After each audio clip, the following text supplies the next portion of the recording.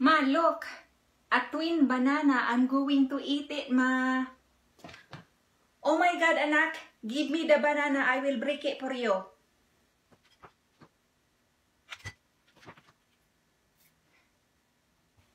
Ma, why did you break the banana behind your back? Because if you break it your own, or if you see me breaking it, and if you're gonna end up having a baby, you're gonna have a Siamese twin. But why?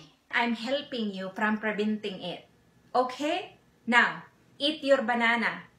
Okay, Ma.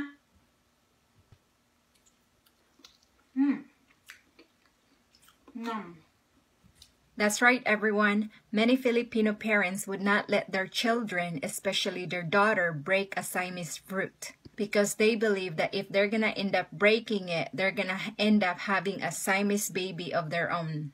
Ma, I don't have any clean underwear tomorrow, so I'm gonna wash my last dirty underwear and I will hang it outside. No. You will never dry your wet underwear outside at night. Why? Because you will get pregnant. How? The Encanto will have sex on your underwear, and as soon as you wear it, you will get pregnant right away. I don't understand. Just listen to your mother, okay? Our neighbor got pregnant because she put her underwear outside at night. So when you grow up and have a daughter of your own, you will never let your daughter to put her underwear outside at night.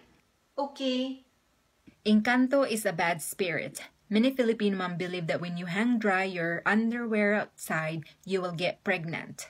How? Apparently, the Encanto will leave their semen in our underwear, and as soon as we wear it, we will get pregnant.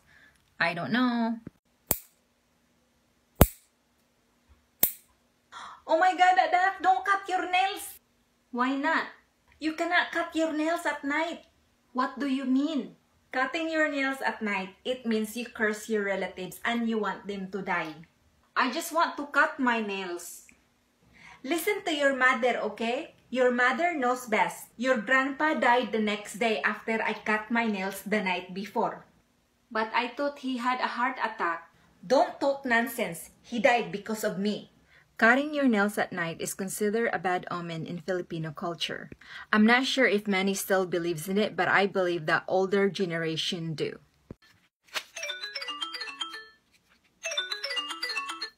Hello? Hello anak, Hilga, kumusta?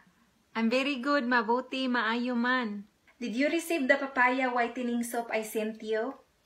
Yes, I did, but I decided not to use it. Why, Hilga, anak? Because a lot of people are attracted to dark-skinned Filipinas, so I will make my skin tan. Hilga, don't make your skin tan. It's ugly. You know when you come back in the Philippines, and if our neighbor will see you, they will gossip and criticize you. You know how much gossip we have in our barrio, so don't do it, anak. Don't embarrass yourself.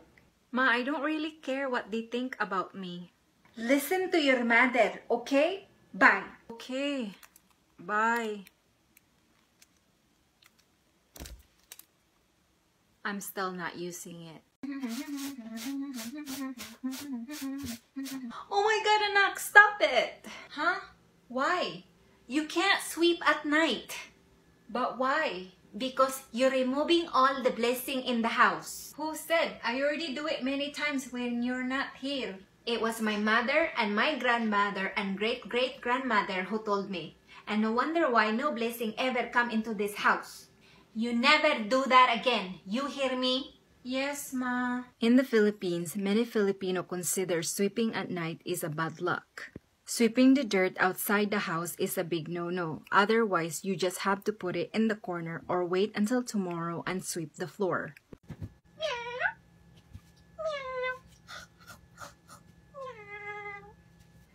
Hi, kitty, kitty, kitty. Come here, Mimi. Come here. Ma, there's a beautiful black Mimi over here. Oh my God, anak. Stay away from that Satanas cat. But why?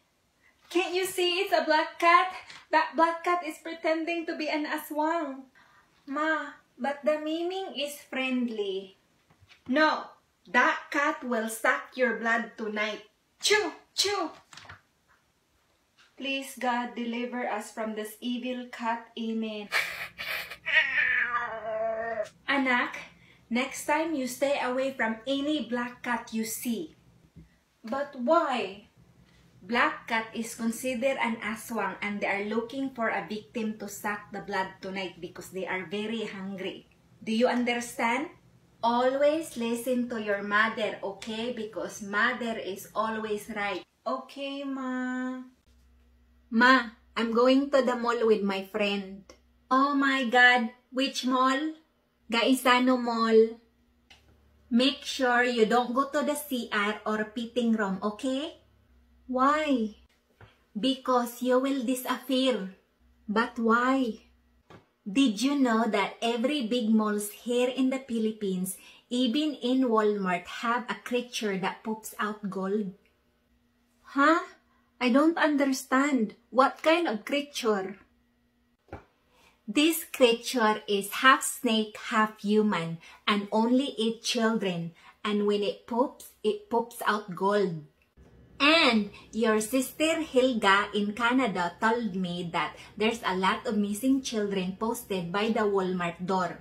Where do you think those children are? They are eaten by the half snake, half human. That is why all the successful big malls all over the world are super rich because they have a lot of gold. Okay, Ma, I don't go anymore. I'm scared. You better be scared. And remember, always listen to your mother, okay? Many older generation in the Philippines believe that every massive malls have an evil pet creature that can travel from mall to mall. This creature is half human, half snake, and it only consumes children, and in return, it will poop out gold. And that is why many of these malls are super successful because of the gold they get.